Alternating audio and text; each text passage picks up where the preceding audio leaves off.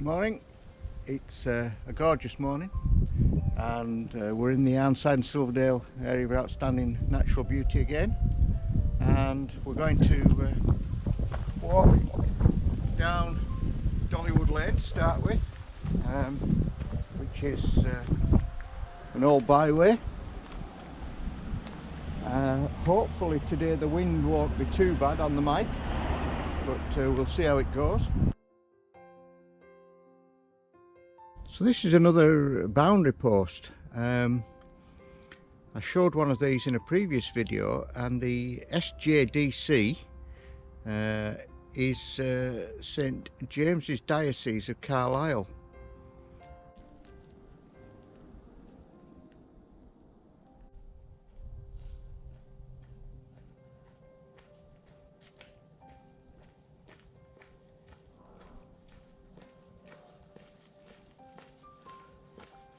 I'm about to leave Dollywood Lane now. Leaving the byway. I'm going to head through this stile and down to Leighton Beck.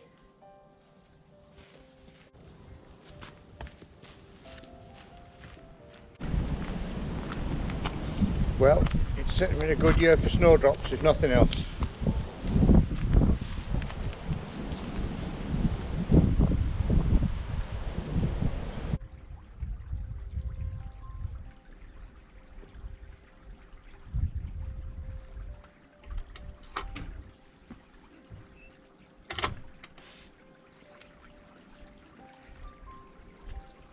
I'm on the bridge over Leighton Beck.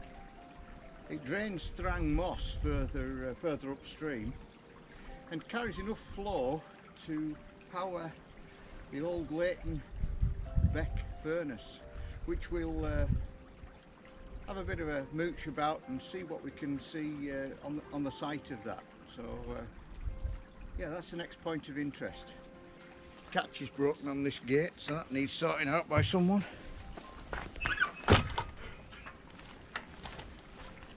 So what we have behind me, these banks, what appear to be earthworks, are in fact all that really remains of the Leighton Beck furnace. This would have been used for smelting iron, and it was here from 1713 to 1806, and it ended with an explosion. Now that's all I can find by my research. Whether the explosion killed people or not, I wouldn't like to say, but that stopped the furnace, and by then no doubt larger furnaces were being used in any case. So this is the remains of the smelting process. So the iron will be taken away, and this is the clinker or slag, and it's still quite heavy. The smelting process would have been quite crude, and a lot of the iron would be left. The iron ore would be left. So yeah, quite a lot here at the bottom of these heaps. So we've climbed away from Leighton Beck now, which is running down there in the bottom, in the valley, bottom of the valley, shall I say. And at this higher level is this what appears to be a track, but would in fact have been the leak which carried the water from Leighton Beck to the mill, and the furnace, which is no longer there. All overgrown now.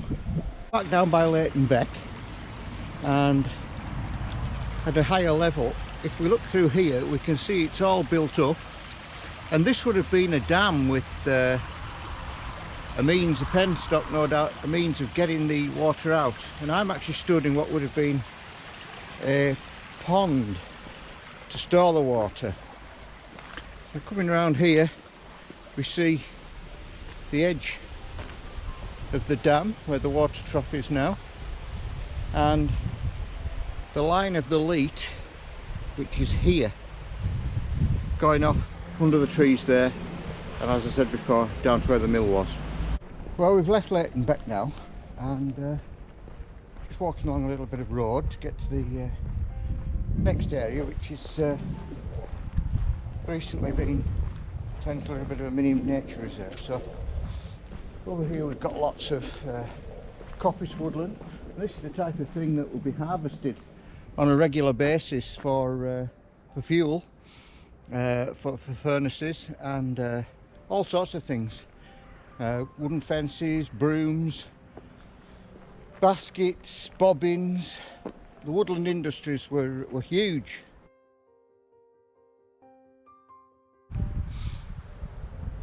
So on this mini reserve is this really quite large erratic. Shouldn't be here, but it's been brought here by the glaciers from Shap. It's Shap Granite, about 25 miles away. So also on this little reserve is this restored lime kiln. It's very old, not at all like some of the well built and well dressed lime kilns elsewhere in the area. This one is made at quite a rudimentary fashion, and yeah, I wouldn't like to say how old it is. So this is Creeping the Coal Bridge, which is a strange name, and here we have Leighton Beck again.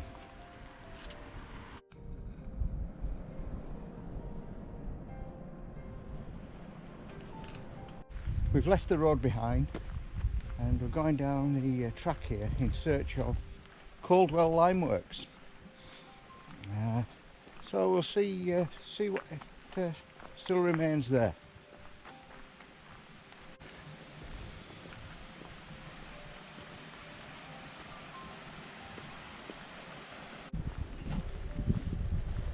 So here we are at Caldwell lime works, and this was restored in 2005.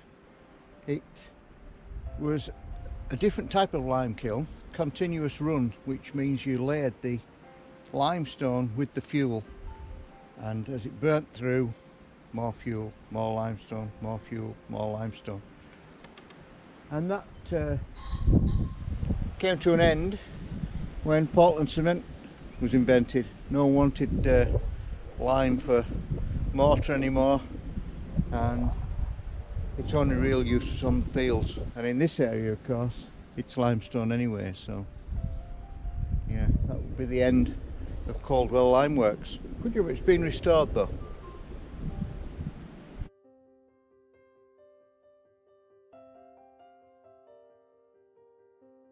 So I've just come across this in a field. It certainly doesn't belong here.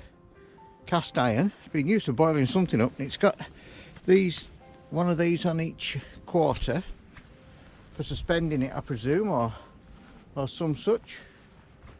Yeah, I'll have to look that one up. So that completes our Industrial Archaeological tour of this area. And over there we've got Arnside Knot, and I think I'll call it a day at that.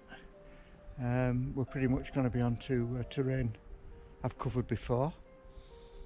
So yeah, hope you've enjoyed it, hope you've enjoyed the walk, and I'll see you next time.